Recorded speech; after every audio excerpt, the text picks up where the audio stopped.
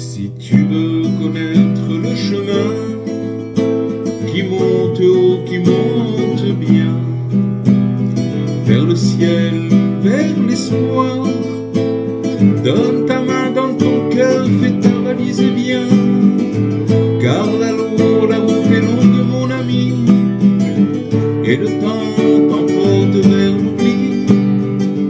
Si tu veux connaître cette voie, écoute-moi, n'hésite pas. Ce chemin qui monte vers le haut, il descend parfois aussi très bas. Il y a des jours où il fait chaud et des nuits où l'on tremble de froid. Alors écoute un bon conseil d'ami pour les jours où tu auras réussi. Ne t'endors pas sur le bord du chemin, mais continue et pense au lendemain. Tu as compris ce qu'il faut faire l'été, ramasser, récolter, toujours travailler, recommencer comme si tu n'avais rien, car en vérité rien ne t'appartient. Entends maintenant le chant de l'hiver, celui des nuits qui n'en finissent pas. L'essentiel dans les grands froids d'hiver, surtout, surtout ne te décourage pas. Courage ami, tiens bon mon gars, la route est longue et l'hiver finira. Un grand printemps t'attend déjà, où ton chemin fleurira. Mais pourvu mon ami, que quand ça craque tu te souviennes que la tristesse est ta pire ennemie, et que la joie guérit de toutes les peines. Je t'ai dit quel est le chemin de l'espoir qui mène vers ton Père. Si tu veux bien, avant demain, donne ton cœur et tu réussiras. Courage ami, tiens bon mon gars, la route est longue et l'hiver finira. Un grand printemps t'attend déjà, où ton chemin fleurira. Je t'ai dit quel est le chemin de l'espoir qui mène vers ton Père. Si tu veux bien avant demain, donne ton cœur et tu réussiras.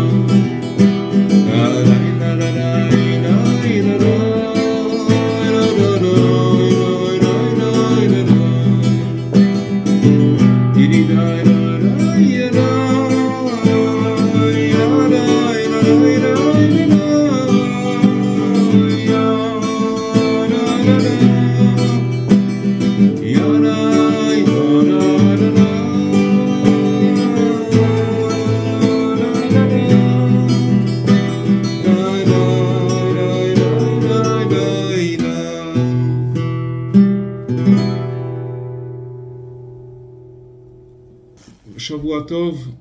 Ce soir, on va étudier une lettre de Rabbi Nathan qu'il envoie à son fils. Il faut savoir que les lettres de Rabbi Nathan, c'est les lettres de... Dans les lettres de Rabbi Nathan, il y a des mots qui guérissent. C'est pour ça il y a une correspondance entre lui et son fils, principalement. C'est Rabbi Nathan qui envoie des lettres à son fils qui s'appelait Rabbi Yitzhak. Et ce livre, comme je vous l'ai déjà dit, il a été après, toutes ces lettres, elles ont été éditées. Et donc, ça s'appelle Alim la Troufa, des feuilles de guérison. Pourquoi ? Parce que, comme on l'a déjà dit aussi encore une fois, c'est que ce sont des lettres qui ont été écrites par Rabbi Nathan à son fils. Et il faut savoir que dans les lettres, il y a des choses qui passent qui vont pas passer dans un enseignement. L'enseignement, il est fait pour arriver à beaucoup de gens, et Rabbi Nathan, il est obligé de condenser, de contracter ses paroles, parce qu'il ne peut pas tout dire. Mais comme c'est dans une lettre, surtout quand elle est adressée à une personne, alors au fils de Rabbi Nathan, donc c'est sûr que là-bas il y a des trésors extraordinaires. Il y a juste un petit passage d'une lettre pour vous dire qu'est-ce qui a marqué dans pour voir l'importance de ces lettres. Il dit à son fils comme ça: conserve ces missives en lieu sûr, conserve ces lettres en lieu sûr. Je place mon espoir en Dieu dans la perspective que nos lettres seront très appréciées dans les temps à venir. Donc, quand Rabbi Nathan il a écrit cette lettre, il avait un souhait, c'est qu'elles arrivent et qu'elles soient lues dans les temps à venir. Ça veut dire c'est notre temps, les temps qui ont passé et les nôtres, et ceux qui viendront après nos temps de maintenant. Donc, on va commencer une lettre extraordinaire qui va nous renforcer avec l'aide de Dieu. Rabbi Nathan, il dit la chose suivante. Il dit à son fils: j'ai analysé mon parcours de vie. Rabbi Nathan dit qu'il a analysé son parcours de vie, et il a aussi analysé le parcours de vie de la majorité du monde. Donc ça veut dire qu'il a étudié la chose, il a cherché, il a observé et il a analysé. Et il est arrivé à la conclusion, il dit, claire et nette, que si l'homme se met en tête de faire le constat de ses manques, ce qui lui manque dans la vie, chacun, malheureusement, quand on entend, ça peut venir de nous-mêmes, mais aussi de ce que les gens y disent, le monde entier, la majeure partie du monde, si vous voulez, font des constats de ce qui leur manque. Il me manque ci, il me manque ça, si j'avais ça, alors je serais comme ci, si je pouvais obtenir cette chose-là, alors je serais plus heureux, si j'avais ci, si j'avais pas... chacun y pense que s'il avait... qu'il arrivait à combler ses manques, alors il serait heureux. Donc il fait la liste, et donc il dit, Rabbi Nathan, alors si quelqu'un il cherche toujours ces manques-là, c'est-à-dire qu'il se met en tête de faire le constat de ses manques, alors il aura toujours le sentiment de beaucoup de choses qui lui font défaut. Ça veut dire qu'il va rester sur une note où il manque. Et c'est quelque chose de très dur à vivre. Parce qu'il manque toujours quelque chose. Mais si vous voulez, la personne, elle cherche dans ce sens-là qu'il lui manque des choses, alors ça va lui faire défaut. Ça va pas l'aider.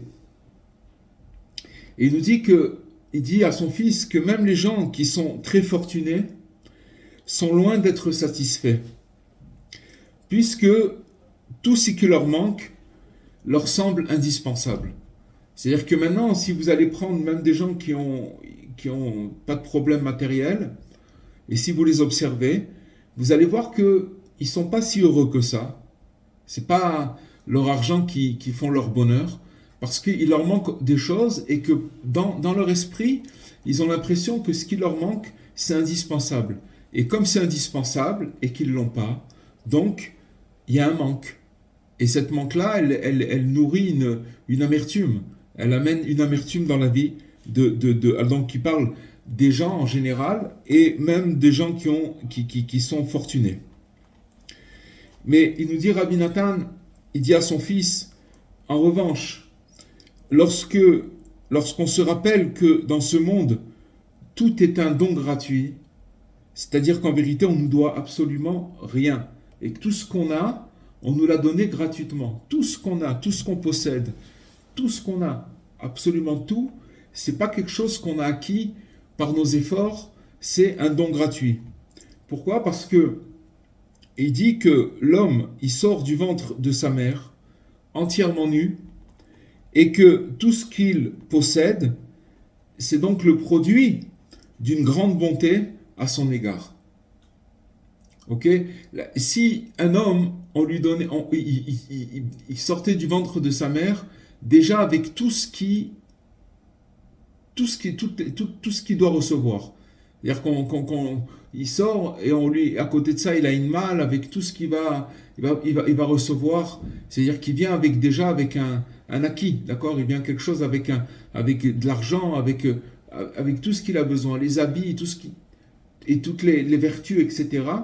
Alors, on pourrait dire que c'est quelque chose qu'on lui a donné et qui lui était dû.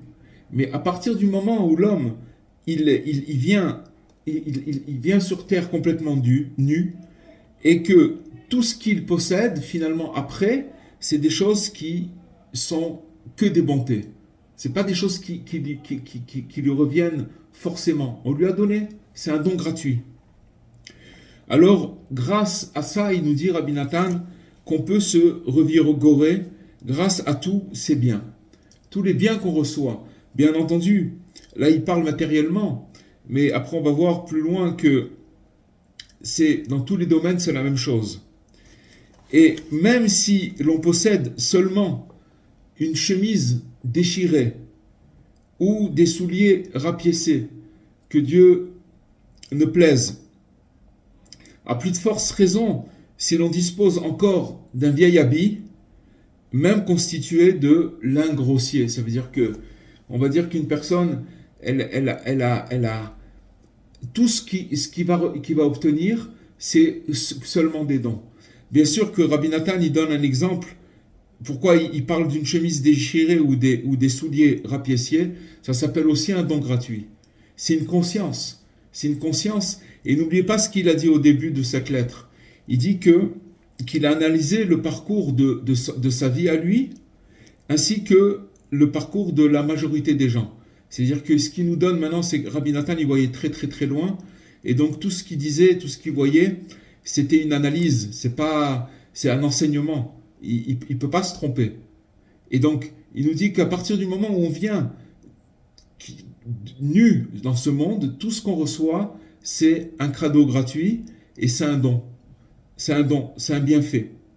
Et même si une personne, elle possède une chemise déchirée ou des souliers rapiécés, alors, et que Dieu préserve, à plus de forte raison que ce soit un habit, un manteau avec comme ça un vieux manteau, alors on pourrait nous rajouter que Baruch Hashem, que Dieu nous a donné pas de choses rapiécées, il nous a donné des habits qui sont des fois neufs, Baruch Hashem, et des chaussures, etc.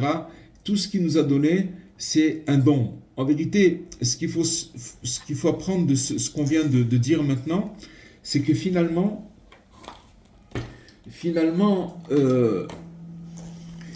c'est la notion de don.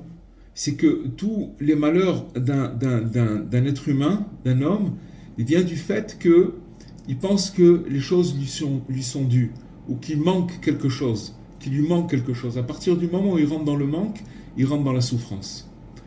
Mais c'est une conscience que Rabbi Nathan veut nous faire passer, et qui fait passer à son fils. Il faut savoir que son fils, je vous remets dans le contexte, c'était quelqu'un qui était très très érudit, et qui avait fait le choix de travailler, mais comme son travail, il travaillait à la poste, et que la poste n'est pas la poste d'aujourd'hui, c'était des diligences qui venaient prendre le courrier, et donc il avait beaucoup de temps libre, il avait du temps pour étudier et se verser dans les livres et dans la prière, etc.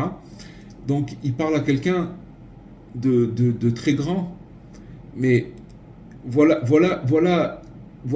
comment il lui dit, voilà qu'est-ce qu'il lui dit, vous comprenez? Ça veut dire que, à plus forte raison, à nous, c'est des lettres qui sont dédiées à tout le monde. Maintenant,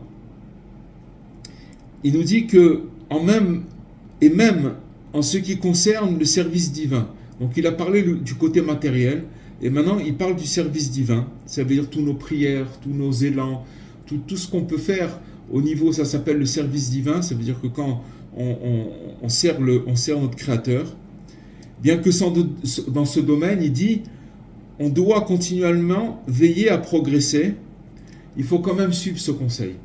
C'est-à-dire le conseil qu'on a dit juste avant, c'est-à-dire que tout est un don gratuit.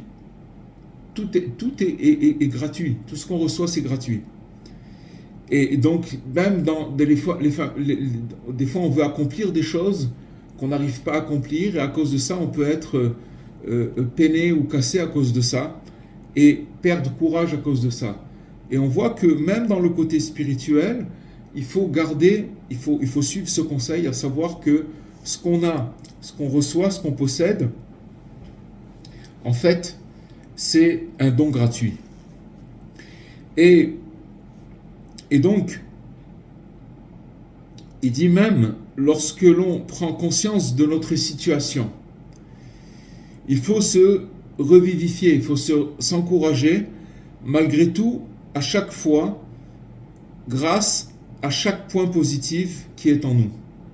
Ça veut dire quoi, prendre conscience de notre situation? Il y a des fois où on nous fait montrer, où la providence nous fait montrer que on est très loin, ou alors des fois nous-mêmes on voit qu'on est très loin. Ça veut dire qu'on a une espèce de clairvoyance qui peut être très négative d'ailleurs, mais c'est une clairvoyance qui peut être vraie, mais malgré qu'elle soit vraie, il faut savoir la prendre, il faut savoir la vivre. Donc ça veut dire que maintenant, quand on prend conscience de notre situation, à quel point on est loin, à quel point on est insignifiant, alors il faut à chaque fois, malgré tout, chercher des points positifs qui sont en nous. Et chercher encore chaque point positif qui se trouve en nous. Et ce conseil s'applique également à toutes les souffrances, il nous dit Rabbi Nathan, et les vicissitudes que l'homme est contraint de subir régulièrement. Alors, écoutez bien ce que ça veut dire, qu'il est contraint de subir régulièrement. Ça veut dire nous tous, on subit des vicissitudes et des souffrances et de l'amertume qu'on est contraint de subir. Donc, il nous dit la vérité, Rabbi Nathan. Et celui qui veut se voiler la face, qui se la voile, mais il faut savoir que c'est ça la vérité. La vérité, c'est qu'on est contraint, et que, ça veut dire quoi contraint? C'est-à-dire qu'on ne nous demande pas notre avis, et qu'on doit passer par des situations. Et que, en résumé, à cause de la profonde amertume de l'exil matériel et spirituel qui s'abat actuellement de plus en plus sur l'ensemble du peuple d'Israël. C'est une lettre qui a été écrite il y a à peu près 170 ans ou 160 ans, je ne sais pas, entre 150 et 200 ans, d'accord, qu'elle a été écrite, cette lettre. Et il parle de l'exil, de l'amertume, de l'exil matériel et spirituel. Matériel, c'est tout ce qui concerne les manques qu'une personne elle peut ressentir, et aussi l'exil spirituel, à quel point il se sent éloigné et loin. Et que tout ça, c'est à cause de l'exil, de cet exil qu'on a cette amertume et qui s'abat sur le peuple d'Israël, et qui se traduit en fait ponctuellement pour chacun de nous par tous les revers que nous rencontrons sur notre chemin. On rencontre des revers sur notre chemin, et puis ici il y a une multitude de dommages que nous décelons en nous-mêmes. On se rend compte, plus on avance, plus on se rend compte qu'on est très très très éloigné. Au début, on ne le voit pas, parce que, si vous voulez, c'est des choses qu'on ne nous dévoile pas. Mais plus on va avancer, plus on va se rendre compte combien on est éloigné. Et il dit Rabbi Nathan à son fils qu'il faut reconnaître que la vie était extrêmement dure et amère, presque impossible à supporter. Regardez ce qu'il dit Rabbi Nathan. Ça veut dire qu'il pose les bases. Les bases, elles sont posées. C'est-à-dire que la vie, elle est difficile, il y a de l'amertume, elle est difficile, elle est presque impossible à supporter. Mais, heureusement que la survie et la vitalité, elles sont assurées. On est sûr d'avoir de la survie et de la vitalité, essentiellement, et de façon prodigieuse et miraculeuse par Dieu. Donc la vitalité, on la reçoit. Vous voyez, quand on lit ces lettres-là, on voit jusqu'où il descend dans la souffrance. Ça veut dire que maintenant il parle à son fils. Son fils était quelqu'un encore je vous dis, de très très très grand, qui priait et qui étudiait la plupart du temps. Et donc il nous dit que d'où vient maintenant la survie et la vitalité qu'on reçoit miraculeusement de Dieu, et qui nous déverse sans arrêt, jour après jour, et à tout instant, ces bienfaits grandioses. C'est-à-dire que d'un côté, il y a une réalité, que ces réalités, c'est qu'on est confronté chacun à une amertume très grande, d'accord? Mais que d'un autre côté, il y a les bienfaits qu'Hachem il fait à chaque instant et sans arrêt pour nous des bienfaits grandioses, il nous dit Rabbi Nathan, pour nous faire sortir et pour nous aider dans cette amertume-là.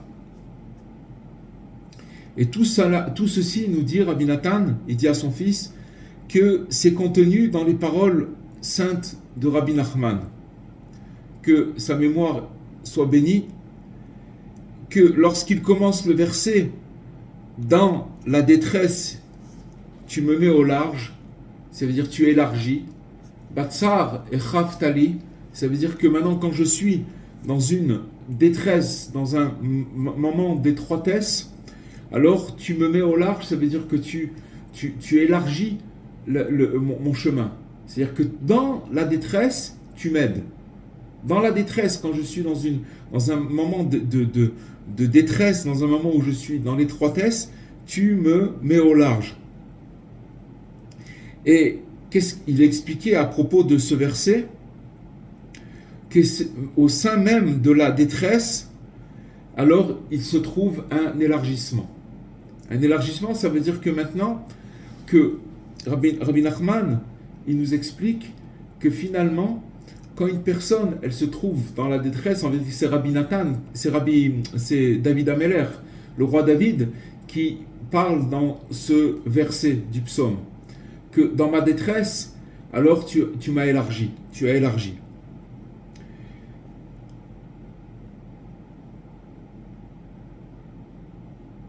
Et hormis le fait que Dieu, lui-même, dans son indulgence, dans sa complaisance, dans sa générosité, il retire l'homme de certaines souffrances. C'est-à-dire que sans arrêt, Dieu, ce qu'il fait avec nous, c'est qu'il s'emploie à alléger notre poids, à nous aider ici. Ça ne veut pas dire qu'on ne passe pas dans des difficultés, mais il faut savoir que dans les difficultés, il fait tout pour alléger, pour que ce soit plus facile, pour alléger notre amertume. C'est pour ça que le verset il dit, dans la détresse, tu as élargi.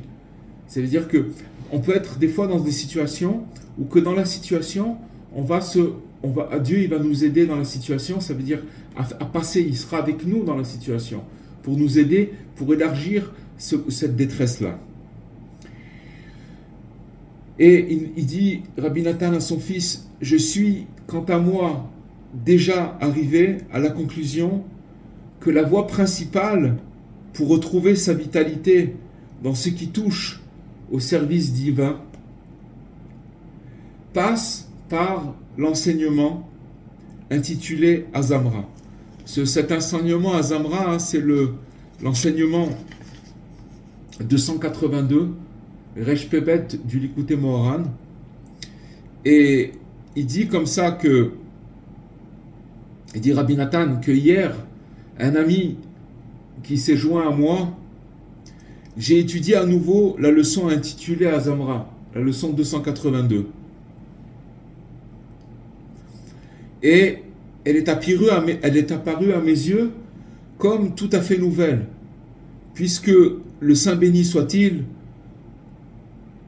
il nous a donné le mérite de marcher avec il nous a donné le mérite de marcher avec cet enseignement chaque jour et chaque instant. Car il est merveilleux, c'est un ouvrage de Dieu.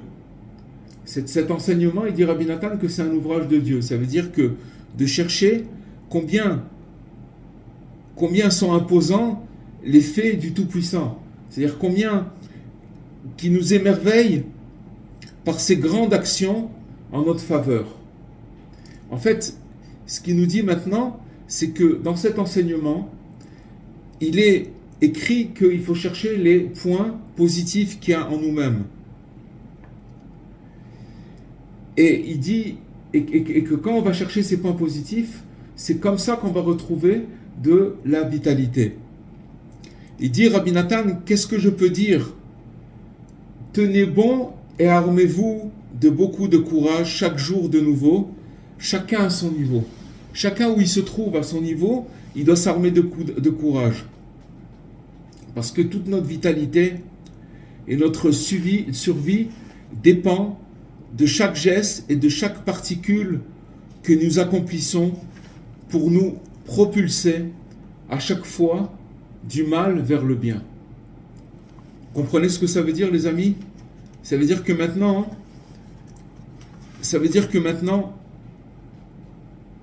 c'est de là qu'elle vient notre vitalité. C'est ça le courage qu'il faut trouver. C'est de se propulser à chaque fois du mal vers le bien. Même si c'est un millimètre, même si c'est un tout petit peu, mais de se propulser vers ça. Mais pour faire ce travail-là, il faut absolument chercher le bien qu'il y a en nous-mêmes. Parce que toute la vitalité, la survie de chacun, quel qu'il soit, dépend de cette chose-là, de chercher le bien. Et c'est grâce à cela que finalement, nous reviendrons tous vers Dieu, béni soit-il.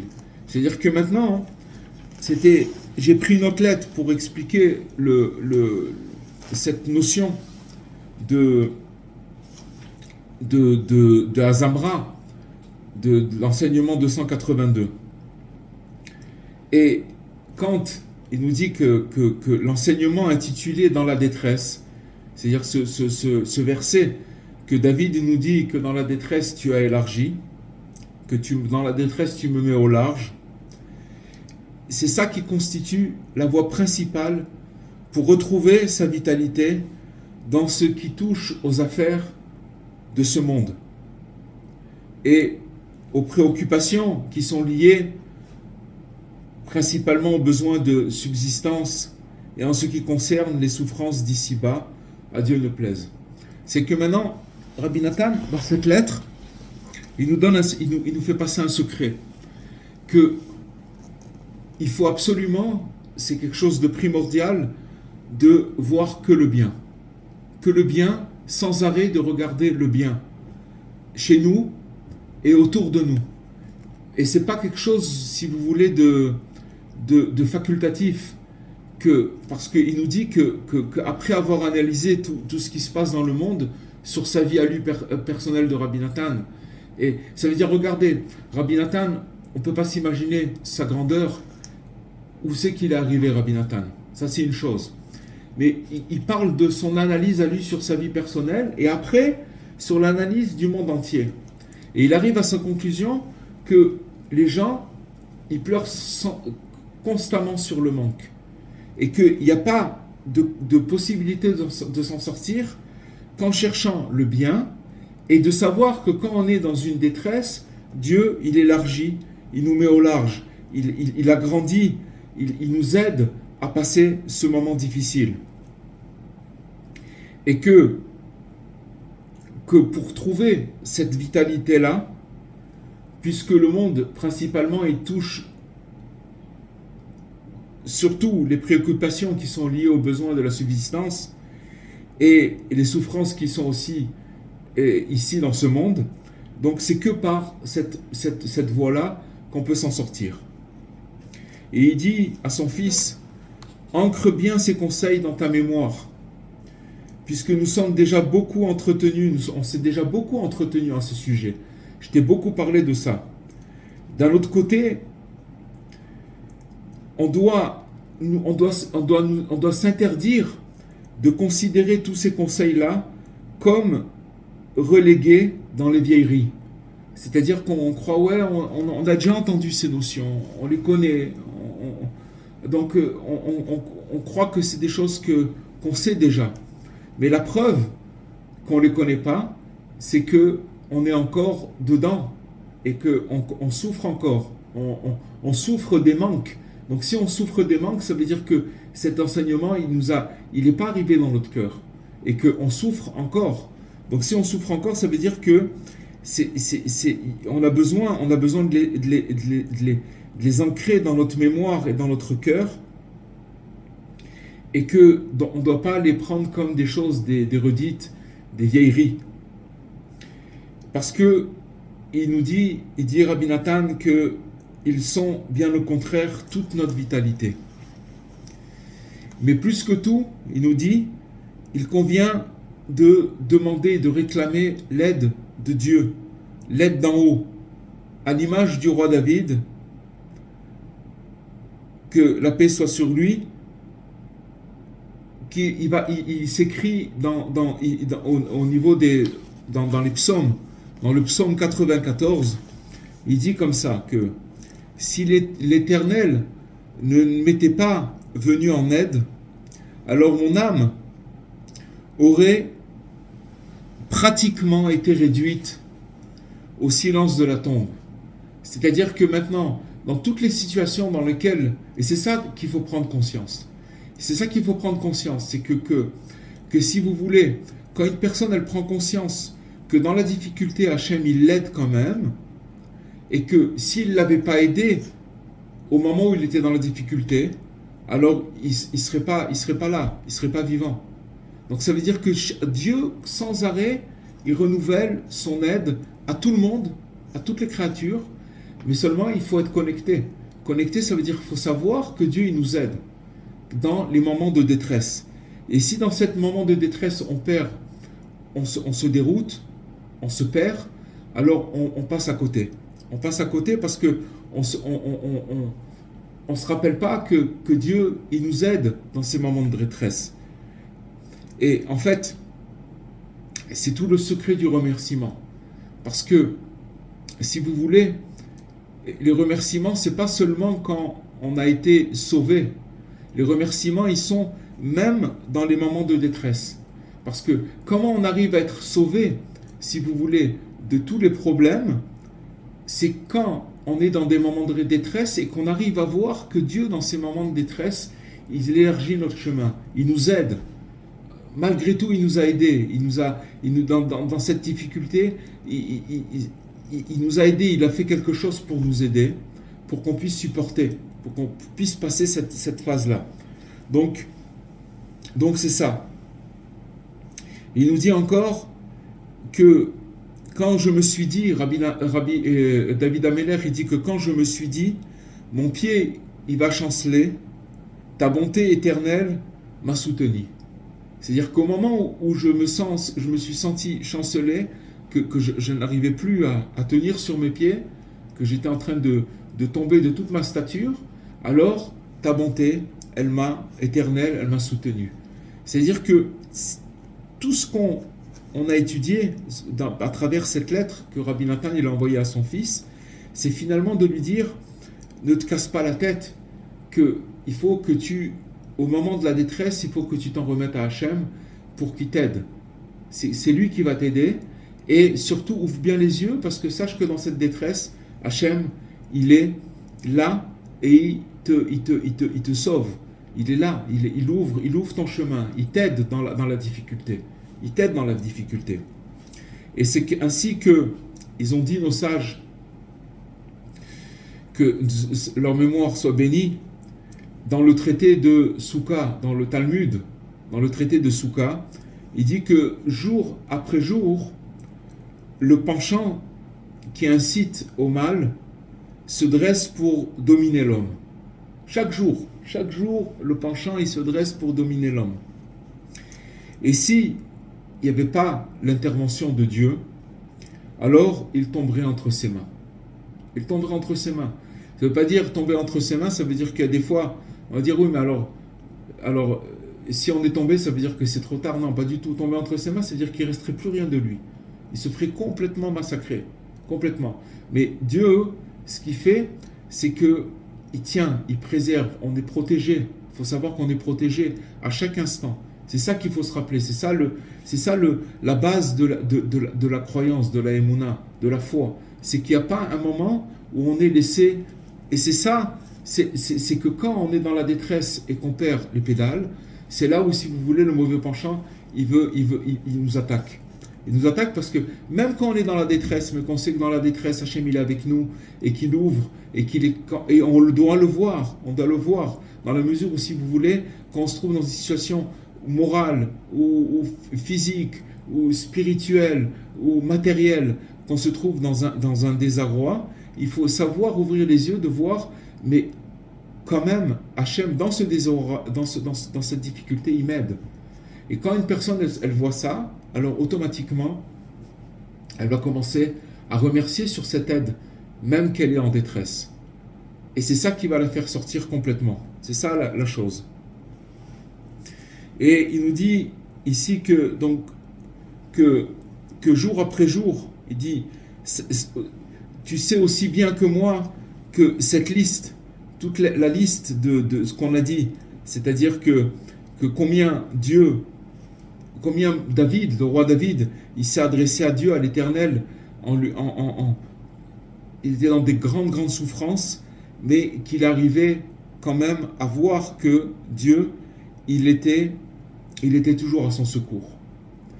Et donc finalement, il dit que ce qu'il faut faire, c'est que il faut réclamer l'aide d'en haut, et que la liste de ce qu'on doit réclamer, elle est loin d'être complète ou achevée. C'est-à-dire que finalement, ça veut dire qu'il faut demander et demander et demander, et qu'il faut savoir, les amis, que le mauvais penchant, il veut nous mettre dans une situation où on croit qu'on a perdu l'espoir et que c'est plus possible. Et à ce moment-là, quand il nous fait croire ça, alors on ne peut plus demander. Alors que ce qu'il faut, c'est de ne pas faire cas, c'est de demander quoi qu'il arrive, et que c'est la seule manière après l'analyse de Rabbi Nathan, qui a fait son parcours de vie sur lui-même, qui s'est analysé et qu'il a analysé la majorité des gens. C'est pas juste, d'abord, il n'a pas vu ça sur les gens, il l'a vu d'abord sur lui et aussi sur les gens. Donc voilà, si un homme aussi grand que ça, il nous dit comment il faut se comporter, et alors ça veut dire que c'est ça la vérité, et c'est là-bas qu'il faut se diriger. Voilà les amis, je mets le micro si vous avez des questions. Merci Rav, merci beaucoup. Ça veut dire qu'il faut, ça rapproche quand on avait étudié aussi de voir le bien dans l'autre. Et là, ce qu'il nous dit ce soir, c'est d'abord la priorité de voir le bien qui est en nous. C'est primordial, c'est ça, c'est là-bas que tous les problèmes ils commencent. Et entre parenthèses, cette Torah, cet enseignement Azamra, Resh Pebet, le numéro 282. Il y a Jean-François qui dit qu'est-ce que veut dire Azamra.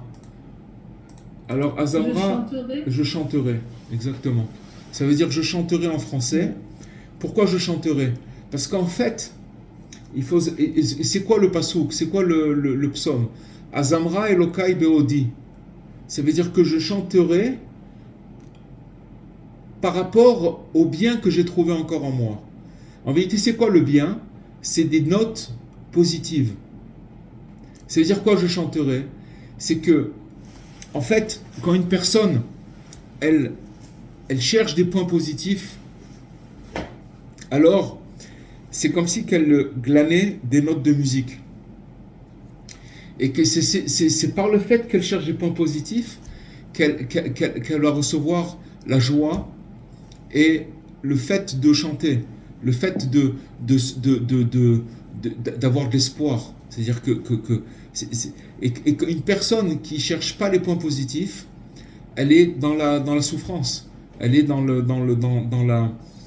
comment dirais-je, dans le négatif, dans le contraire de chercher les points positifs. Et c'est la détresse, c'est la tristesse. Ça veut dire, si on comprend ça, ça veut dire que ça sous-entend que la première chose à faire, c'est pas se culpabiliser, se remettre en question, Exactement. s'accuser, etc., etc. Exactement. C'est pas ça le chemin du tout. Parce que de toutes les façons, on est dans un monde où, à cause il y a une grande amertume. Vous comprenez? Ça revient toujours. Il y a une très très grande amertume qui vient de choses très très antérieures qui en vérité ça vient pas de nous. Ça vient de la diminution de cette lune qui a été diminuée et donc toutes les catastrophes elles ont apparu sur Terre.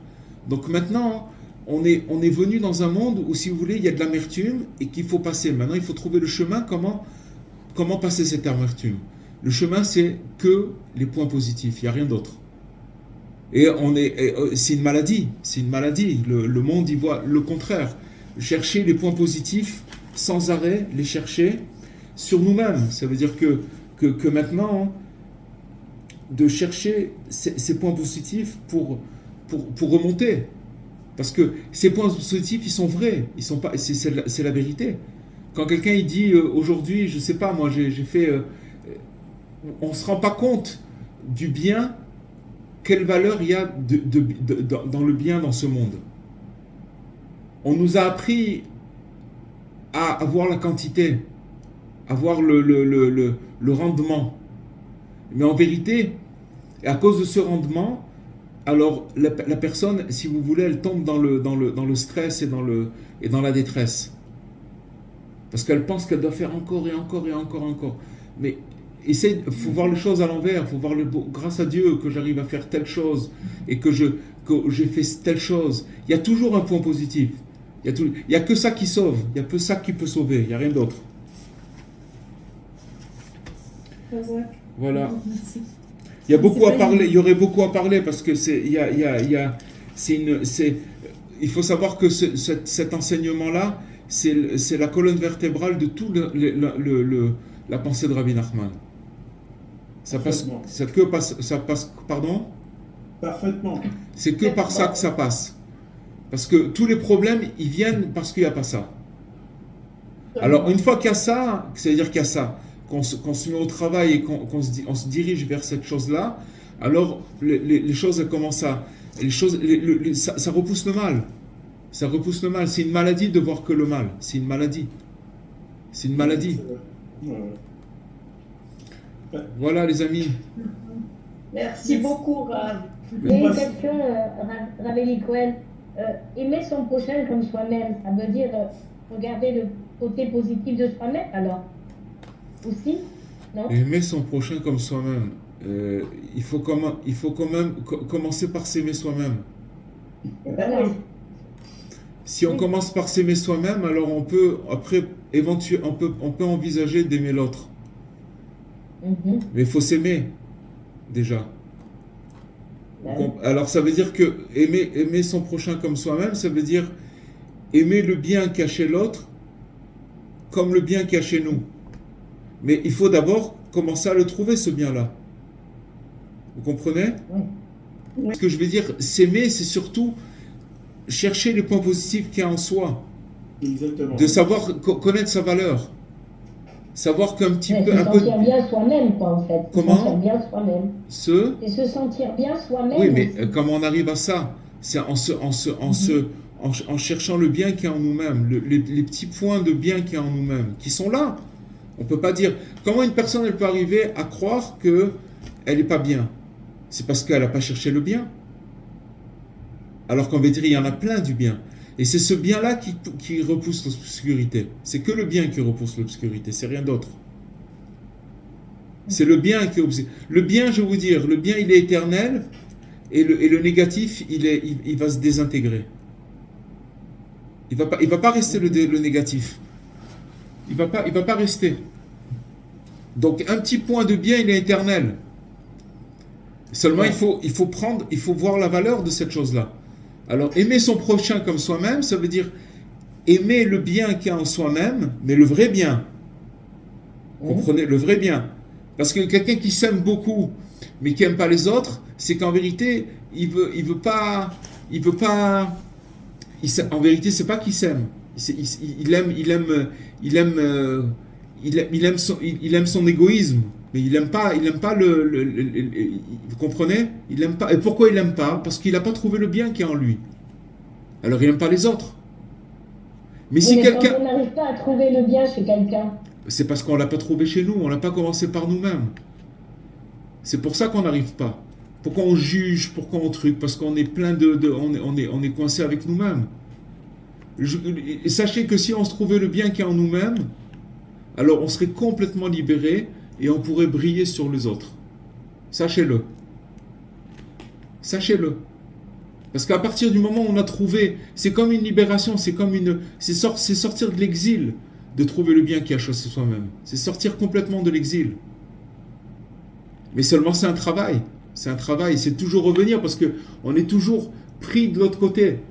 Alors il faut revenir. Bon, là on est rentré dans un autre, mais il faut aller voir l'enseignement 282 et faire la prière qui va sur cet enseignement pour voir qu'est-ce qu'il dit là-bas. Comprenez, c'est un enseignement, c'est un enseignement. On a effleuré un petit peu, mais dans la lettre il en parle, Rabbi Nathan.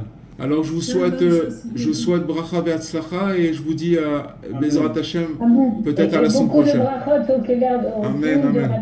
Bezrat Hashem. Bezrat Hashem. Merci beaucoup. Au revoir. Merci. Au revoir.